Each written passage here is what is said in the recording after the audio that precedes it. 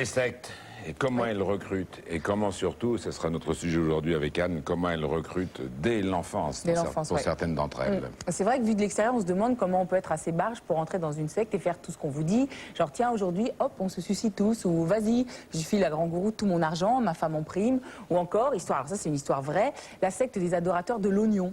Alors c'était des allumés qui voyaient en l'oignon, je cite, qui disait, un petit être qui va vers la perfection et vivra toujours.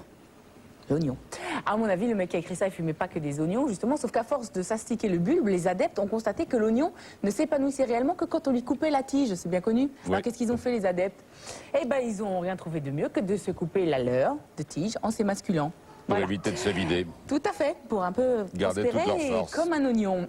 Alors c'est vrai que quand on raconte tout ça, on se dit, mais vous êtes gentil, mais j'ai encore 1 ou 2 neurones de bon sens pour pas tomber là-dedans. Sauf que l'adorateur de l'oignon, ou toute autre connerie, pensait sûrement exactement la même chose que vous avant d'être tombé entre les mains d'une secte, sans peut-être même s'en rendre compte. Parce que sans vouloir être alarmiste, c'est la grande tendance aujourd'hui, les sectes sont de plus en plus nombreuses, elles ont infiltré notre quotidien et elles surfent sur notre mal-être à visage masqué. C'est ça, elles sont masquées. Tout ça sous couvert d'activités louables, que ce soit dans les domaines de l'éducation, la formation, la médecine parallèle, des nouvelles spiritualités, ou même au travers de simples cours d'initiation à la musique. C'est difficile donc de ne pas mordre à l'hameçon, difficile ensuite de se remettre du lavage de cerveau en règle qui va vous empêcher d'avoir tout discernement. Serge Faubert a enquêté sur l'une de ces sectes, qui est une des plus infiltrées en France, et qui cherche par tous les moyens à endoctriner les jeunes, c'est la scientologie. Et c'est surtout de la vraie saloperie, comme je disais, elle avance masquée. C'est pour ça que vous allez voir dans le reportage des séquences en caméra cachée. Alerter les parents, les scientologues font désormais la sortie des écoles.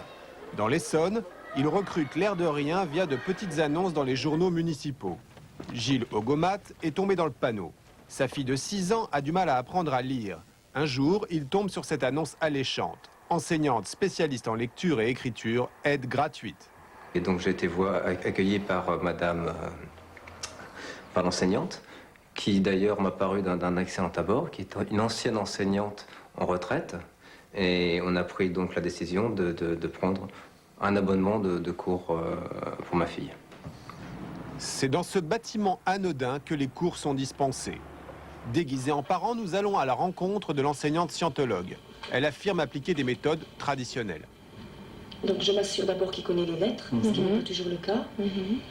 Après, je m'assure qu'il connaît aussi les sons. Parfois, ils ont des confusions dans ces sons-là, les jeux, les gueux. Bon. Alors, si l'enfant vraiment a des difficultés, je le prends minimum 3 fois par semaine. Soit 45 minutes. Ah oui. Ah oui, j'ai sauvé les enfants comme ça. Une demi-heure, c'est de la rigolade. 1 heure, c'est ce qu'on va faire en 1 heure par semaine. Et généralement, ça marche comme ça. Enfin, tous ceux que j'ai eus, ça marchait comme ça. C'est clair que ces conseils étaient simples. Il fallait arrêter toute révision des cours de la journée donnés par les instituteurs conventionnels pour ne faire que les révisions de ces cours. Et au fur et à mesure des leçons, l'enseignante a introduit une nouvelle méthode, une méthode qui utilisait beaucoup de gestuels. On utilisait beaucoup de pâte à modeler aussi. Coïncidence, la pâte à modeler est aussi le matériau fétiche de la scientologie. C'est bien connu, modeler vide la tête. Pour le psychiatre Jean-Michel Abgral, ce n'est pas innocent. À travers les différentes étapes de ce cours, on a à plusieurs reprises l'utilisation de la pâte à modeler qui revient comme une sorte de leitmotiv. Et on a l'impression que cette pâte à modeler sert en fait à fixer l'attention de l'enfant sur quelque chose qui le détourne de la pensée primordiale, c'est-à-dire de l'acquisition du symbole, de l'acquisition d'une pensée et d'un système intellectuel élaboré. Ces cours semblent un peu des sortes d'appâts qui attirent les familles dans une forme de pensée globalisante et dans laquelle on va proposer d'autres produits derrière. Ça, à mon sens, c'est un peu une sorte de vitrine clignotante qui attire le chaland et qui va lui permettre de vendre une doctrine que je pense être totalitaire à travers les textes que vous m'avez soumis. Bien sûr, la scientologie avance masquée. Seul indice au domicile de l'enseignante, un diplôme de l'Académie américaine de pédagogie scientologue. Et aussi une citation de Ron Hubbard, le fondateur de la scientologie, qui nous est présenté sous un autre jour. Ron Hubbard, c'est qui? Alors, c'est un mis au point de pédagogie qui consiste à expliquer les mots et à suivre les étapes progressivement quand on travaille. Parce qu'il a beaucoup travaillé avec des gens dans divers pays. Et donc, voilà. C'est un pédiatre? Non, c'est pas un pédiatre, non, c'était un animaliste. Ce qui est inquiétant en fait dans ce cours, c'est qu'elle brasse énormément d'enfants. Vous les évaluez à combien? Je les évalue comme ça entre 30 et 40. Il faut savoir qu'elle donne des cours de français, de mathématiques et de langue à différents âges. Depuis, Gilles Ogomat a alerté le procureur de la République. Voilà, Jean-Marie Abgral vient de publier Les sectes de l'Apocalypse, celle de l'an 2000, mais c'est l'un des grands experts, l'un des grands spécialistes devant les tribunaux des sectes. Et puis, alors, c'est une coïncidence, je ne voulais même pas lu ça parce que c'est arrivé 10 minutes avant cette émission. C'est quelqu'un qui a travaillé avec moi et qui m'écrit pour se plaindre de votre appel concernant l'émission d'aujourd'hui. Et ça donne, j'étais journaliste, je me félicite d'être devenu scientologue. Une philosophie appliquée qui améliore véritablement l'être humain et la rend plus capable, et le rend plus capable, c'est une dame. Sachez qu'il existe des petits cours, c'est pour ceux qui trouveraient que le reportage qu'on vient de voir, c'est pas tout à fait probant, c'est anodin et tout. En fait, c'est subtil et sournois, la façon de... Mais regardez, sachez, elle ne savait pas qu'on allait faire ce reportage, sachez qu'il existe des petits cours de base pour apprendre à étudier, destinés aux enfants, qui leur permettent de devenir de brillants élèves. C'est le cas de mes 2 enfants qui sont heureux de vivre et très équilibrés. C'est exactement ce qu'on a vu. C'est ce qu'on vient de voir. Donc c'est pas un cas comme ça. Non, non, ouais. Janine Tavernier, bonjour. Vous êtes présidente de l'UNADFI, l'Union nationale de défense des familles et de l'individu. Vous mettez en garde contre les agissements des sectes. Je vous voyais acquiescer pendant le reportage. C'est une des pires, la scientologie, une des pires sectes? C'est la pire, effectivement. Et c'est vraiment dramatique, le problème des enfants dans les sectes, quand les parents sont eux-mêmes adeptes, parce que ces enfants sont broyés par ce processus sectaire et il faut vraiment les aider à en sortir. Et c'est pour ça, les parents étant complètement soumis à la secte, dépendants, le rôle des grands-parents est très très important. Et ça, je tiens à le signaler parce qu'il y a une loi dans le Code civil, la loi 317-4, qui donne des droits aux grands-parents d'avoir leurs petits-enfants chez eux régulièrement pendant les petites vacances, ce qui permet à ces enfants de s'aérer, de voir un petit peu ce qui se passe à l'extérieur, que l'extérieur, mon Dieu, c'est pas tellement le diable. Et puis, ça peut aussi aider les parents eux-mêmes à prendre conscience qu'ils sont en train de se faire duper. Quand ils se sont fait duper, quand ils étaient eux-mêmes ceux qui entraînaient leurs enfants, finalement. Parce que ce qu'on voit dans le reportage, c'est... Alors ça, c'est autre chose. Voilà. Alors ça, quand les parents sont pas scientologues, mais vous voyez tout de suite, ils sentent qu'il y a quelque chose qui se passe, parce que nous, c'est les personnes que nous recevons à l'association qui nous disent, voilà, on a inscrit notre enfant dans tel cours, parce que là, on a vu ce cours de rattrapage, mais vous avez des cours de dessin, des cours de musique, des chorales, des cours de théâtre. Enfin, tous les cours privés et particuliers sont quand même pas... Voilà, alors justement, mais c'est le rôle de nos associations. C'est pour ça qu'à Paris, à l'ADFI Paris, nous avons à peu près 100 appels par jour de la part de parents qui disent, voilà, je voudrais inscrire mon enfant dans tel cours. Alors bien sûr, il ne faut pas devenir complètement obsédé par ça, parano, et nous arrivons à les orienter. Mais il y en a beaucoup. Et ils se reconnaissent.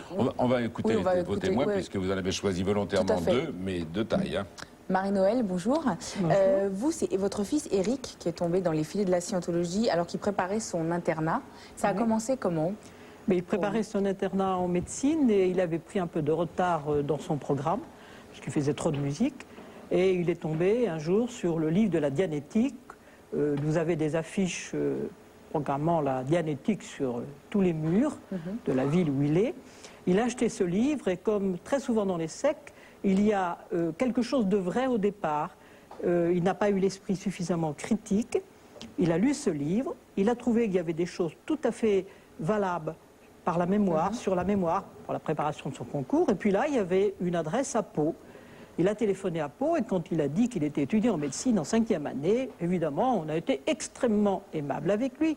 Et on lui a proposé de venir passer un week-end à Pau. Il a été passé ce week-end à Pau, où là, bien sûr, comme toujours dans les sectes, chaleur, gentillesse, camaraderie. C'est la phase de séduction. La phase de séduction. Et on lui a conseillé, pour être plus en forme, pour préparer son concours, de commencer ce qu'on appelle la purification en scientologie. Il a donc été, je crois, 4 ou 5 jours de suite, nous ne savions rien, faire cette purification qui consiste en une prise de vitamines et différentes choses. Bon.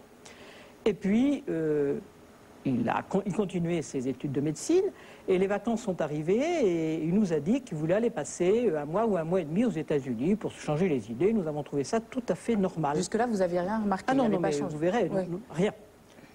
Il est parti aux États-Unis, à Clearwater, à Flag, dans le Centre international de la scientologie. Et il nous a dit que quand il était arrivé à la porte, il a eu un moment d'angoisse. se disant est-ce que je fais bien? Et évidemment, on s'est aperçu qu'il hésitait, peut-être par les fenêtres, et des scientologues français sont venus l'accueillir en lui disant « Mais Éric, tu verras, c'est extraordinaire, tu trouveras le bonheur, tu seras meilleur médecin. » On l'a bien manipulé. Il est resté là pendant 2 mois et on lui avait dit à Pau que s'il allait à cette époque-là, en tant qu'étudiant, il aurait un tarif préférentiel, étant donné qu'il servirait un peu de cobaye pour ce qu'on appelle des auditeurs, c'est-à-dire, moi je dis, des faux psychiatres. C'est ce qui s'est passé. Il a subi un certain nombre d'auditions qui, évidemment, l'ont bien manipulé. Et puis, il est revenu en France. Il n'avait rien payé jusque-là. Oh bah, il n'avait rien payé, non, parce qu'on l'avait pris comme cobaye, hein, ce qui était d'autant plus dangereux psychologiquement. Oui. Donc, et dans la journée, il repeignait des tuyaux. Ah oui, il faisait travailler. Pour être logé, je crois, plus ou moins en dortoir et manger le minimum. Ah, bah, bien sûr, bien sûr. Il est entré en France et l'a bien manipulé. On l'a poussé, bien sûr, à faire un certain nombre d'emprunts, puisqu'il a laissé 400 000 francs à la scientologie. Ah oui, il avait droit. Ici, 400 000. Il avait droit à faire des emprunts étudiants en tant que 5e année de médecine. Et ce sont évidemment les scientologues qui lui indiquaient la meilleure banque où il pouvait aller, au taux le plus intéressant. Il était manipulé. Il y a même un scientologue qui s'est porté caution pour un de ses emprunts. Bien entendu, nous n'avons pas fait appel à ce scientologue pour rembourser après. Parce que l'argent a disparu. Bah, quand vous donnez les 400 000 francs, vous ne les donnez pas. Non, mais parce qu'il les a donnés. Mais bien sûr, mais vous ne donnez pas 400 000 francs à la fois. Il se passe que, voilà, il est retourné aux États-Unis et là, il nous a dit qu'il allait faire des certificats de médecine douce. J'insiste sur le fait que l'information, c'est capital. Parce que si nous avions été informés du danger des sectes, ben je crois qu'à ce moment-là, on se serait posé des questions. Vous auriez repéré, mais on avait affaire à un garçon intelligent qui nous avait donné aucun problème, dont les relations familiales étaient excellentes. On avait peur de la drogue, mais alors, l'histoire des sectes... Bon, il avait quand même 23 ans. Hein. Oui, et c'était il y a 10 ans. Donc, nécessité de l'information, pas simplement au niveau des jeunes, au niveau des parents. Tout le monde se demande comment ça s'est arrêté. Oui, comment, oui. Alors, attendez, il a été aux États-Unis et là, il a suivi les différents degrés de la science, enfin, un certain nombre de degrés de la scientologie, et à chaque degré, évidemment, vous payez des sommes de plus un peu importantes. Alors, il arrive à un moment où on se pose des questions, il s'est posé des questions, mais où il arrêtait, et tout l'argent qu'il avait donné était perdu. Et à ce moment-là, on se dit, donc, ça n'a pas l'air de réussir sur moi, mais si je continue, bien sûr, on lui dit, les scientologues le disent, continuez, vous n'êtes pas monté assez haut dans les degrés, allez plus loin. C'est comme ça que vous faites l'échec. Il nous a téléphoné une fois, un soir, à 1h du matin, en France c'était 1h du matin, il était encadré de 4 scientologues qui l'entouraient auprès du téléphone pour demander une somme très importante à son père. Il nous a dit, l'heure était choisie pour vous réveiller, on était endormis, donc c'était une façon de nous manipuler. Et il était, je vous le dis, encadré de 4 scientologues. Mais il vous a dit cette explication-là bien après. Bien après, bien sûr. Bah oui, non, à ce moment-là, nous ne savions rien. Et puis lui était d'accord avec eux à ce moment-là. Ah bien sûr. C'est ça le résultat de la manipulation. Et quand est-ce qu'il s'est rendu compte? Quand est-ce que ça s'est arrêté? Quand est-ce que ça s'est arrêté? Eh bien, il a été 4 mois là-bas et il est revenu un soir, à 11h du soir par le TGV, et nous pensions qu'il avait fait des certificats de médecine douce, bon, pourquoi pas. Ouais. Et nous pensions que le lendemain, il est retourné à la fac. Et là, il nous a dit non, non, non, je pars vendre un produit amaigrissant, Herbalaf, que pas un mauvais produit, hein, mais souvent conseillé par les sectes pour faire de l'argent, en Espagne. Or, il ne savait pas parler l'espagnol. J'ai passé la nuit à pleurer. Et le lendemain matin, je lui ai dit, Éric, là, on ne comprend plus. Oui, c'est là qu'il s'est aperçu qu'il y avait un problème. Et il nous a répondu, effet de la manipulation mentale, si vous ne comprenez pas, ça n'a pas d'importance, je prends mes affaires et je disparais à tout jamais. Et quand maintenant, où les relations sont excellentes, on lui dit, mais Éric, il a dit, à ce moment-là, j'étais tellement manipulé que je l'aurais fait. En 2 mots, comment ça s'est arrêté? Comment il a tout d'un coup compris? Ça s'est arrêté, si vous voulez, que nous, au mois d'août suivant, il y a une lettre qui est arrivée avec Dianétique. J'avais un de mes gens qui était là, moi je ne savais même pas ce que c'était, qui a aussitôt abondi, a dit ouvrez vite, et nous nous sommes rendus compte que là, il était en scientologie et qu'il était sur le point de repartir à l'autre bout du monde. Et vous avez réussi à le convaincre? Alors, attendez, c'est pas si simple que ça. Oui, mais il y a un autre témoin. On s'arrête peut-être là, puis ou alors je continue. Donc, à ce moment-là, nous avons pris conseil d'un psychiatre. Je pense que c'est très important de faire apaiser. Et surtout, nous avons été aidés d'une façon extraordinaire par l'une des filles, entre autres Madame Tavernier.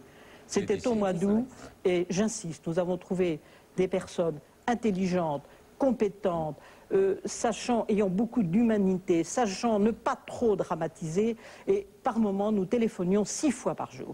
Et si nous n'avions pas l'une des filles... Vous avez fait aussi appel à Madame Tavernier? Non, pas du tout. Pas du tout. Donc on reviendra sur les méthodes après, en conclusion, pour voir comment on peut aider pour ceux qui regardent. On va marquer une pause tout de suite, entendre l'autre témoin.